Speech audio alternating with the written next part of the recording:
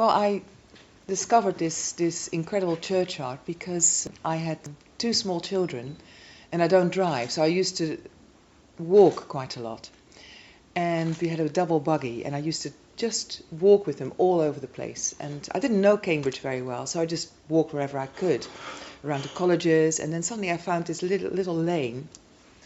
And I went down there with a double buggy, and then suddenly I thought, oh, this chapel is it's gorgeous. It's really, really nice. And I found this beautiful, almost like a country sort of churchyard it really was to me. So I walked around the churchyard. I just couldn't believe it, and beautiful memorials as well. And I thought, God, oh, Eric would really love this. And then we found out, through the neighbour that lives next door here, that the chapel was going to maybe be demolished. That's because he saw me walking around with that client, and he asked me what I was doing, and I told him, and he said, well, if you're using it as a showroom, you might as well come and work here. And I said, well, surely it's still in use. It's still a chapel. And he said, no, the roof's leaking. They haven't used it for years, and in fact, they've got a quote for demolition. Yeah. But luckily, they couldn't afford it. The church couldn't rationalize the expense of demolishing the chapel. That's right. And at that point, they commissioned a report from the Council for the Care of Churches as to what other use this building could be put to. And they apparently said a letter carver's workshop. But we've both, it's not just Eric's workshop, of course it was Eric's workshop to start with, but we also used it for so many other occasions. That was also so nice for gatherings, family gatherings, Christmases, and we've done parties, open studios here together for at least 20 years. At least 20 years. So I had one side of the chapel, Eric the other side, and that's also been really special. It's just... We had our 100th birthday party here when we both turned 50. We each invited 50 guests. It's just a beautiful space to have and to share with people as well, because we did a lot of gatherings with other artists and musicians, and bands have been playing here, and poetry readings have been done, all sorts of different...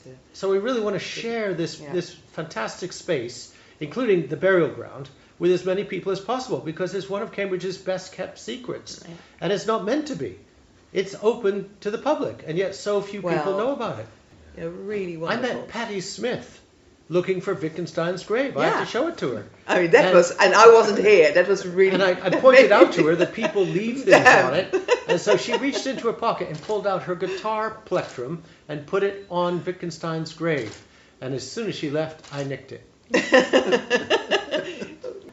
I'd like to show Ai Weiwei's galleryist. When he was under house arrest in China, he asked his dealer from New York City, who was mounting a show of Ai Weiwei's work at Downing College, he asked him, the gallery owner, his agent, to come and photograph Wittgenstein's gravestone for him. So I had to show him where it was. And since then, Ai Weiwei had moved to Cambridge. Renee ended up teaching his son at King's College Choir School. Yes. So we're sure Ai Weiwei's been back. Unfortunately, I've not been here when he was. So this slate was in Will Carter's workshop when he died, but it was carved in David Kindersley's workshop in 1959 for the world's leading expert on the origin of the alphabet, a Dr. David Diringer, who was a professor of Semitic epigraphy in the University of Cambridge, and commissioned this slate for the front of his house on St Barnabas Road, where he had a big shed built in the garden, which contained plaster casts of alphabets from all over the world that he had people take and send to him. And so it really was an alphabet museum, and he gave lectures there, so alphabet museum and seminar.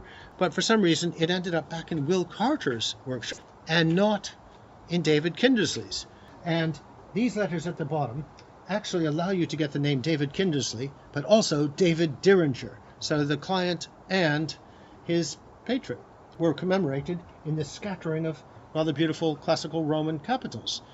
And I thought, well, I've got to use that for this place, because in a way, this whole burial ground is like an alphabet museum. There's so many letters here. And I was already teaching courses here in letter carving. And we would have guest lecturers come. I've had people from America lecture here, all sorts. So in a way, it seemed to be perfect. And as a result of inheriting this slate, I've since mounted several exhibitions called the Alphabet Museum. In a way, inheriting this slate, or discovering it, had kind of set me off on a course of study. So I got David Dieringer's book and read it, and have done various pieces based upon things I found out from it. So it's really been quite an important piece for me. The oldest stone I found is from 1869, and it was opened then. I found a newspaper article referring to it being opened in 1869 with a chapel of rest to be built when funds were forthcoming. Because people often ask me, when was the chapel built? And the reality is, when we bought it, we thought we'd get a lease, or not a lease, but something describing its history, as you often do when you buy a building. Probably also never thought they would be selling it. But anyway, we didn't get anything from the diocese saying when it was built. But I do know that when a General Ordnance Survey map was created in 1880, it appeared on that. You can see the footprint clearly indicated. So we know it wasn't there in 1869 because the newspaper article was appealing for funds, but it was there by 1880. So I just say 1870s. It's classic Victorian Gothic. So Rachel Butler is my fourth apprentice, sponsored by the Lettering Arts Trust.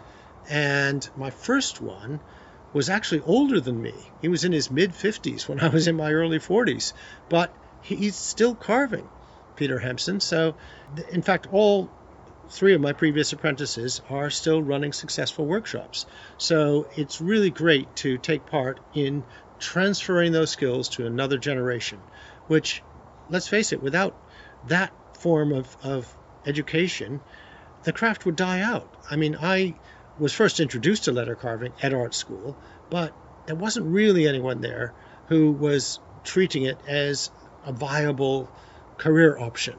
It was just part of the restoration course I was doing at the time, the historical carving course at the City and Guilds of London Art School. But really, I knew I needed an apprenticeship.